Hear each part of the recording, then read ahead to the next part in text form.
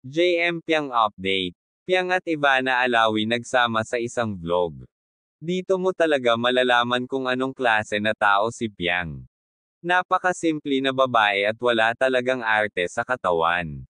Kung ano yung nakikita natin sa kanya sa bahay ni Kuya ay yun talaga siya sa totoong buhay. Sa video na ibinahagi ni Ivana Alawi, same sila hindi maarte.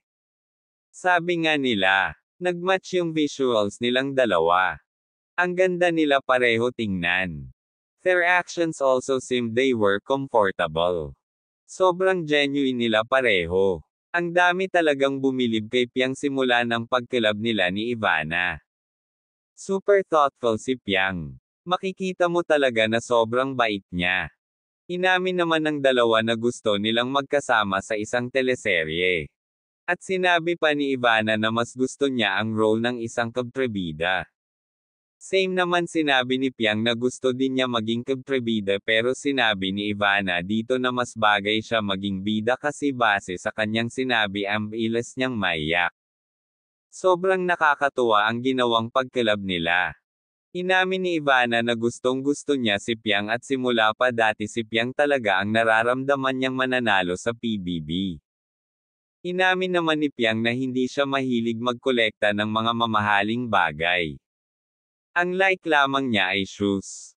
Inaamin din niya na mas gusto niya na mga lalaki ang kanyang mga friends kasi danas na daw niya dati na mga babae ang kanyang sinasamahan ay binabackstab lang siya ng mga ito. Best collab ever talaga itong ginawa ni Ivana at Piang. Sobrang nakakatuwa silang dalawa.